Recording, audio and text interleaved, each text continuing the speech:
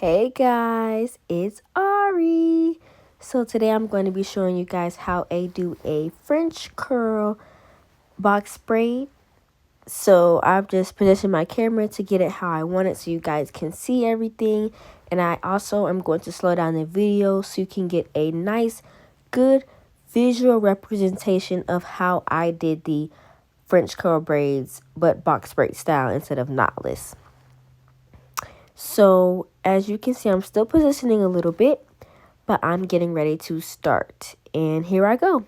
So I grabbed the hair, I split it into 3 sections, and then I'm also positioning my fingers to get them ready to start my braid off.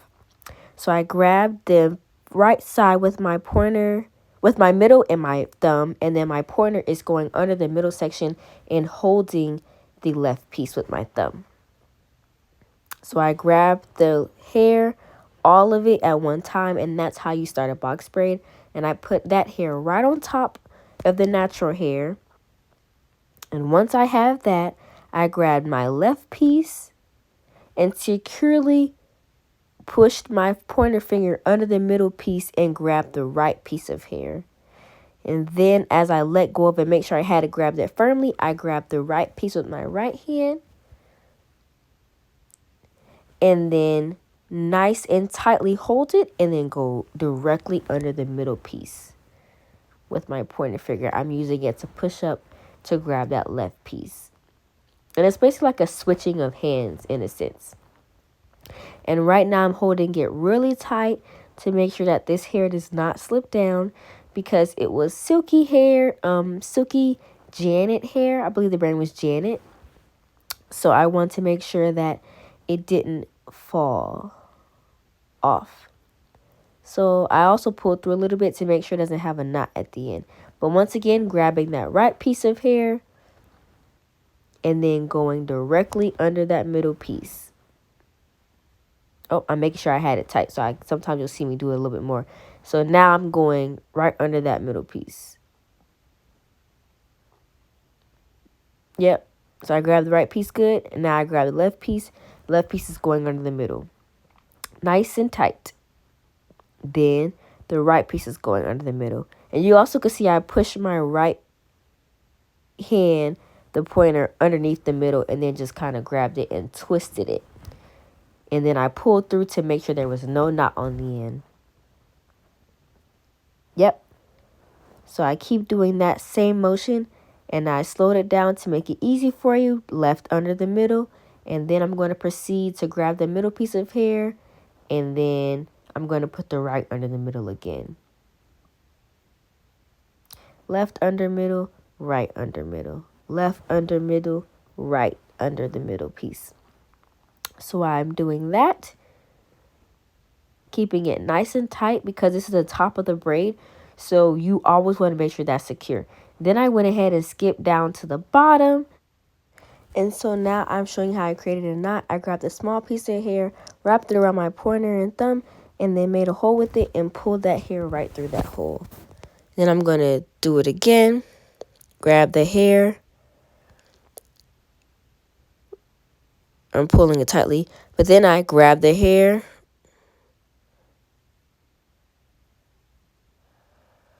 Wrap it around my pointer and thumb. And then pull it straight. Make a hole with it. And then pull that piece of hair straight through that hole.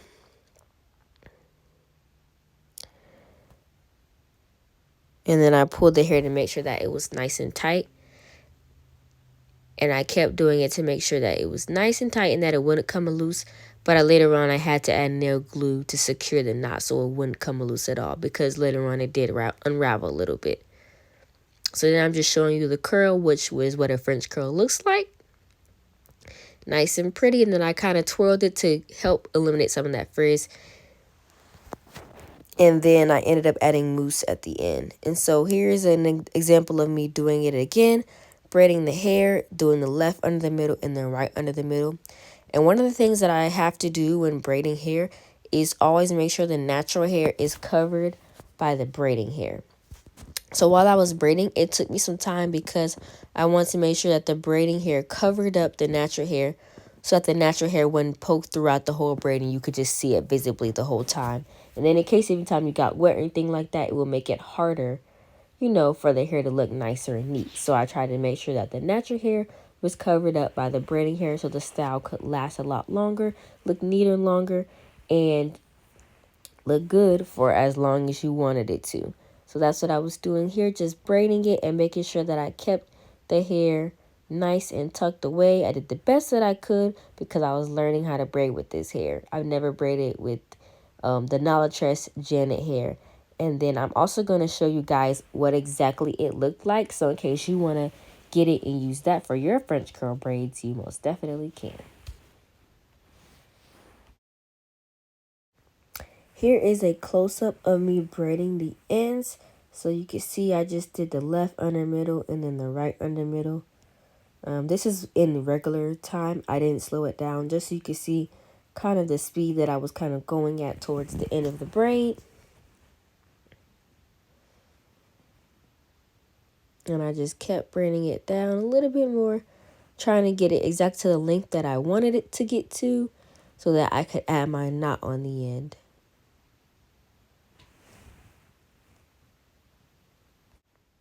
Alright, y'all, this is my last time showing you guys how to do the box braids French curls, but I just wanted to give you one final closer look and view of how I did it. And I'm just showing you guys once again, this is in normal time, regular speed, not slowed up, not sped up, just regular speed. I'm showing you guys how I did it so you can see that I grabbed all the hair, I sectioned it off, and then I'm just trying to make sure I have a really good grip. And then I grab and just start braiding away. And so I basically just keep doing that same hand motion like I was showing you guys. The right under the middle and then the left under the middle.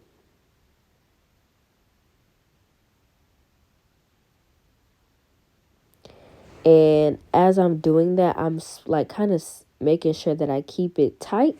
Like I said earlier, keeping it tight and then covering the natural hair as well.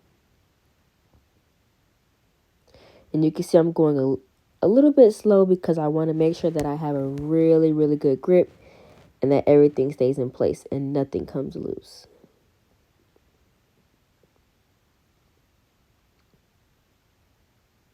And like I said, I was getting used to this hair because it's softer and silkier than your traditional braiding hair is.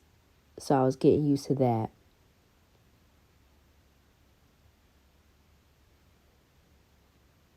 And I also kept moving flyaways out of the way so that it didn't get caught up in this braid as well. And of course, if you don't see my hand and you keep seeing that hair move, it's me pulling my hand all the way down to the end to make sure there are no knots so it can not pull on the client's head. Alright, so I just braided a little bit more just so you guys can see how it's done, how I did it. And this is for someone who was an underhand braider. So I go under, I don't go over. And that's to make sure that I cover up the natural hair. And then here is a clip of the hair. The Janet Tress hair. This is the color 1B. And it is 48 inches long. And it had 3 bundles in it. I used about 4.5 to 5 of these.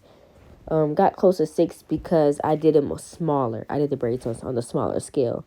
So that's why. And it's 48 inches long as well. So look for this pink pack at your nearest beauty supply store. And then here's also a picture of it. This is a picture from when I did it on myself and I had the color 2.